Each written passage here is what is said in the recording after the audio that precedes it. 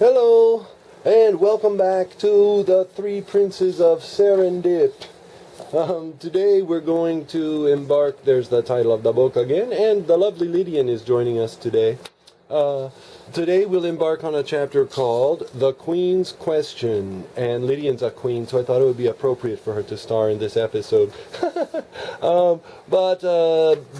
hope that whatever your days have included, that you've greeted them with kindness and courage, and also with a certain amount of wisdom, as the three princes have been doing throughout this story, because great things fall upon those who greet their difficulties and their joyous moments in that way. That's sort of the lesson, I think, of this entire story. So Lydian is very interested in the book and some of the props that I've included today. Don't do that, baby girl. We want them to be able to see these things.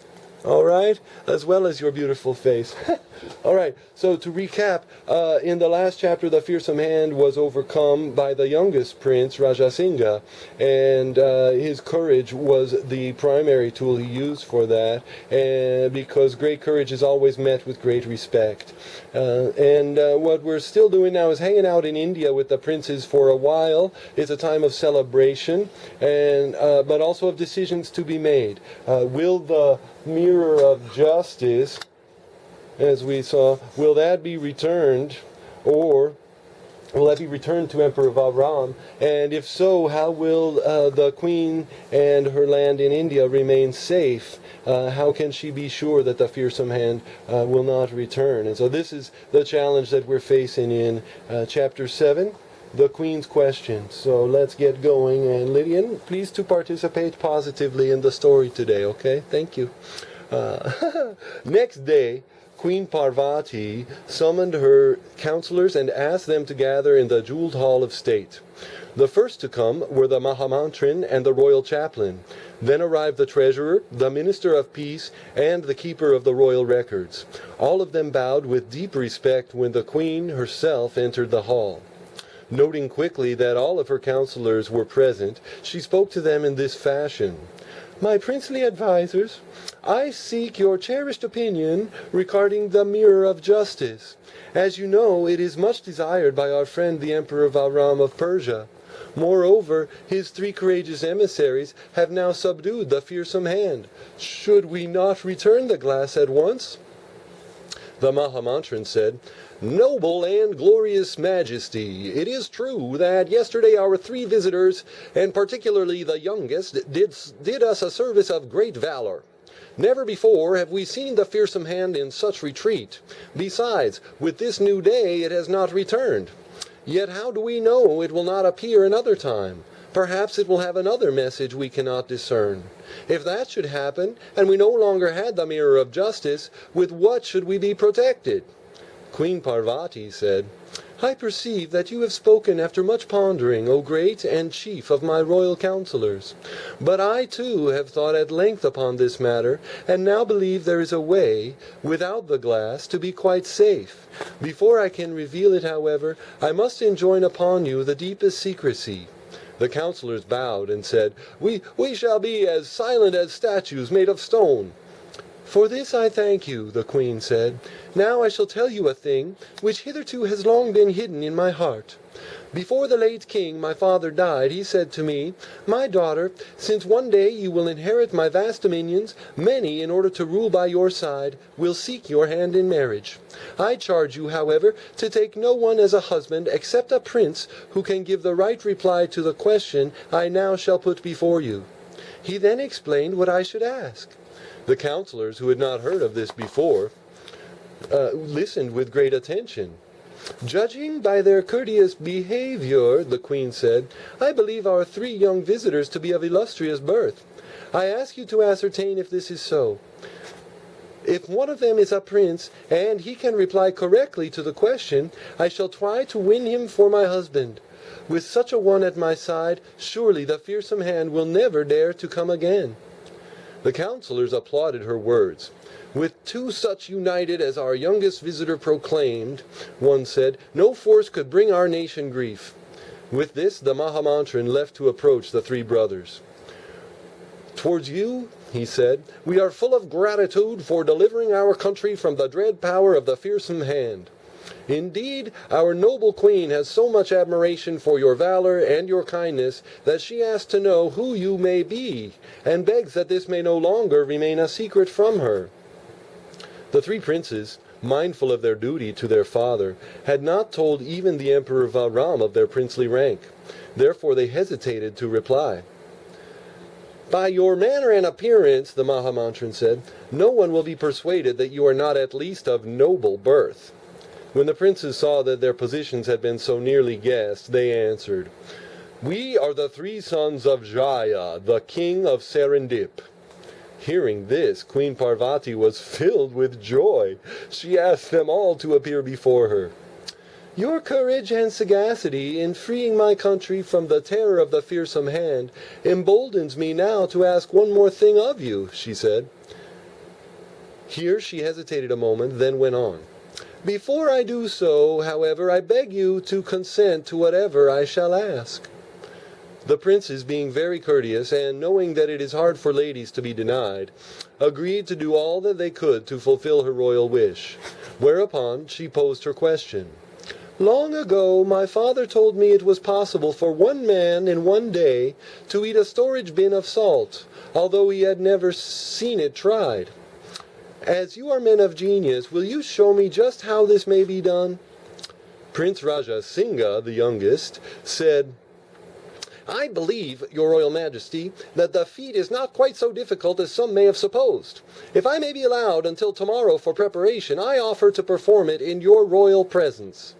Queen Parvati was not a little surprised by the readiness of this response, but since her heart was already inclined towards the youngest prince, she was delighted that it was he who had made the offer. Very happily she gave him time in which to make ready, and invited the brothers to appear before her again on the very next day. When the three princes had returned to their apartments, Balakrama and Vijayo spoke to their youngest brother. "I suppose," said the oldest prince, "that you have already made some plan." "And what can we do to help you?" said the second prince. Rajasingha said, "First, let us quickly find our letter to the chief goldsmith of this city, the one composed for us by the counselor of the governor. Now it will be useful." The three brothers looked hurriedly through their belongings, and soon Balakrama found the letter. Turning to Vijayo, we're getting a nice input from the birds in the other room. That would be Nacho. But anyway, turning to Vijayo, Rajasingha said, "In art you are the most accomplished. Pray sit here." He motioned to a chair near the drawing board, "and make a design such as I shall describe." When Vijayo had drawn his plan, the three brothers set out with it to see the chief of goldsmiths. His shop stood on a broad street. Inside it was dazzling with lights reflected from shining bowls, exquisite cups, and trays of gold. From a back room, where his helpers and workshop were, the master craftsman came out to receive his visitors. Even before he had read their letter, he said he would do all in his power to help them. "Hither," said Rajasingha, "we have brought a design of something needful to us." He showed the goldsmith Vijayo's drawing and continued, "Knowing that you excel in art and workmanship, we have come to ask if before the dawn tomorrow you can fashion out of gold what you see here designed." When the great craftsman had studied Vijayo's drawing with care, he said, "Though it take the whole night through for all my men and me to complete this work, we shall still consider ourselves honored to serve you in this manner, for you have delivered our queen from the scourge of the fearsome hand." Then he bowed very low. When the following day came, the young Queen Parvati decided to receive the three princes in a secluded part of her garden. Here peacocks stepped proudly across the grass, and ruddy sheldrakes floated upon the surface of a lotus pool. The sheldrakes would be ducks, I think. On a hill nearby was a swing with long cords seated in it. Parvati often delighted in soaring high above her china rose trees, and even higher than the roof of her hall of state. This day, however, she sat with dignity and grace on a bench of polished marble. There the young queen looked as fair as the white jasmine flowers in her dark hair, and her eyes were as bright as the golden threads woven into the silk of her light yellow robe. "Your royal highnesses are very welcome in this garden," she said, when the princes appeared before her. "May the shade of its trees keep you in comfort, and the color of its flowers remind you ever of our warm friendship." Then she addressed the youngest prince. "And now, pray, show me," she said to Rajasingha, "how a man may in one day eat the contents of an entire storage bin of salt." Prince Rajasingha bowed politely and said, "This, O royal and beauteous majesty, I shall now endeavor to do." Then he drew from under his cloak a tiny golden box, skillfully wrought by the goldsmith, following Vijayo's drawing. It was a storage bin in form and shape, but it was not much larger than a single pea. So I've included a little box right there in front of us today, but it's not quite as small as the one Rajasingha brought. And here is an image of Rajasingha, if I can do it without hurting our lovely companion today, Ms. Lydian. There's Rajasingha, preparing to show her the answer. And if you can see, he's got a tiny box in his right hand there. Okay, meow. The youngest prince opened the tiny box, and the queen could see it was full of salt. "Now I shall eat all the contents of this storage bin," said the prince, and he proceeded to do so easily and at once. Queen Parvathi was charmed and delighted, but she said, "It is true that you have eaten all of the salt in that very small bin. Pray tell me, though, what would you do with a very large bin where a great quantity of salt might be in store?" Prince Rajasingha bowed again and said, "Your Majesty, whoever eats a pinch of salt with a friend and does not know his duty toward him will never know it, even though he eat all of the salt in the storage bins of all the world. As for me, I have tasted enough here to know I shall always have for you the deepest sentiments of respect and love." The queen was enchanted. Not only had he solved the puzzle and given the reply her father had said would be the right one for her future husband, but his words had touched her heart. Therefore, she called her counselors to another meeting and revealed to them that the late king had told her to marry no one but a prince who would act and speak as the youngest visitor from Serendip had done. "For this reason," she said, "and also because his courage and his wisdom have protected our country and won my heart, I urge you to speak to Prince Rajasingha. Say that I offer him my hand, my heart, and the kingship of this country." Oh, how beautiful. Okay. On we go. Thus commanded, the Mahamantrin went at once to the youngest prince and said, "Our queen has expressed great admiration for your merit and ability. Also, because of advice laid down by her father, the late king, and the promptings of her heart, she offers you her hand in marriage." At these words, Prince Rajasingha and both of his brothers were filled with surprise and delight. They decided that the high honor should be accepted if their father, the king of Serendip, approved. I'm sure Jaiya will approve. Queen Parvati, hearing this, rejoiced also, and called the three princes once again before her.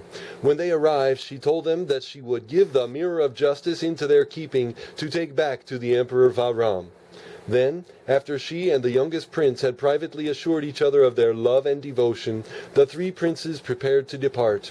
The very next day they went to take their leave of Queen Parvati.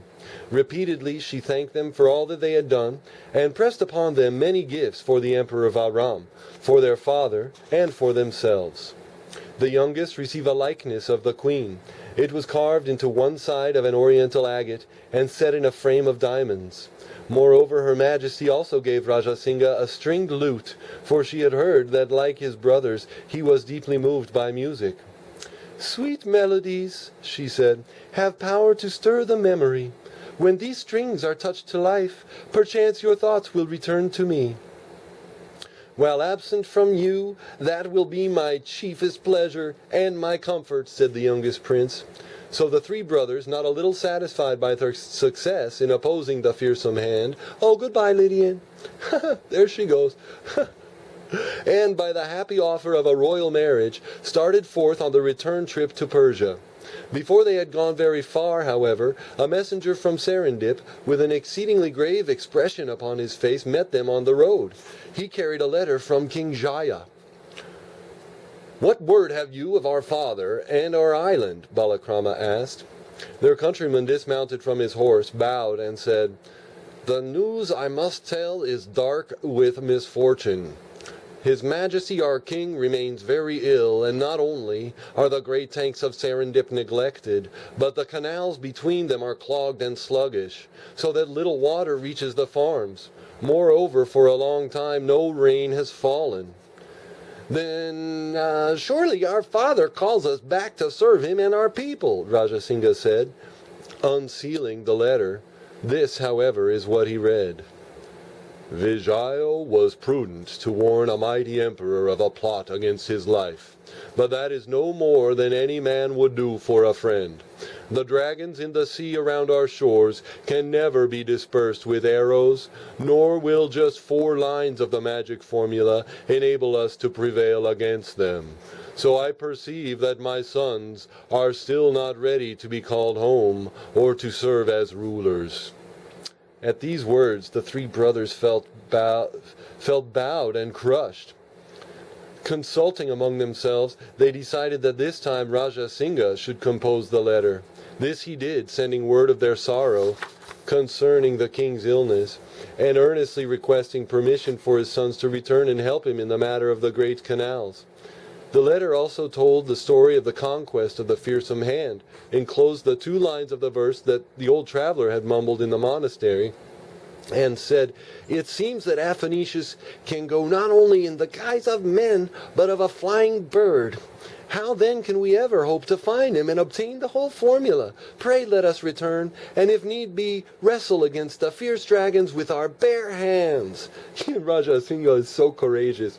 Finally, Rajasingha told King Jaiya of how the great and beautiful Queen Parvathi had offered him her heart and hand in marriage. "Surely, when he reads all of this," Rajasingha said to his brothers, "he will be filled with joy and once more permit us to see his face in Serendip." Heartened by this hope, the 3 brothers proceeded on their journey to Persia, taking the mirror of justice with them. When occasionally they stopped to rest, Rajasingha would often touch his lute with melodies agreeable to the heart. Then, thinking of the one who had given him the instrument, he made and sang this song. And I'm going to get my own lute for this. I won't play too much complicated material with it, but just a bit. Please to hold.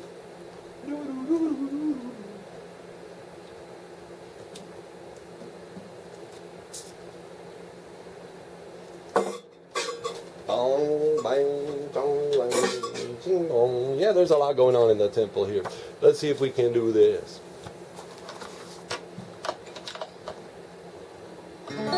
Swing, fair star above the pool, higher than a hall of state. Celestials bless your gentle rule, while I ride and you must wait. Higher than a hall of state, the fearsome man no longer soars. While I ride and you must wait, till my return from other shores, the fearsome man no longer soars. Celestials bless your gentle rule, till my return from other shores. Swing, fair star above the pool. All right. All right, the next chapter we're going to get into will be chapter 8, and it's called The Emperor's Malady. Hopefully we're going to be able to see to that and make the princes will be able to make the emperor's sorrow go away. Maybe there's a way that they can find Queen Parvati's sister, who is Balakrama. Oh, wow, we're getting close to the end of the story. There's only 3 chapters left, so have a great night or afternoon or morning, whatever it is for you, wherever you are in this great world, and make sure that you bring kindness and wisdom and strength and courage to every challenge you meet, and make sure you get plenty of rest, and have a wonderful tomorrow. Bye.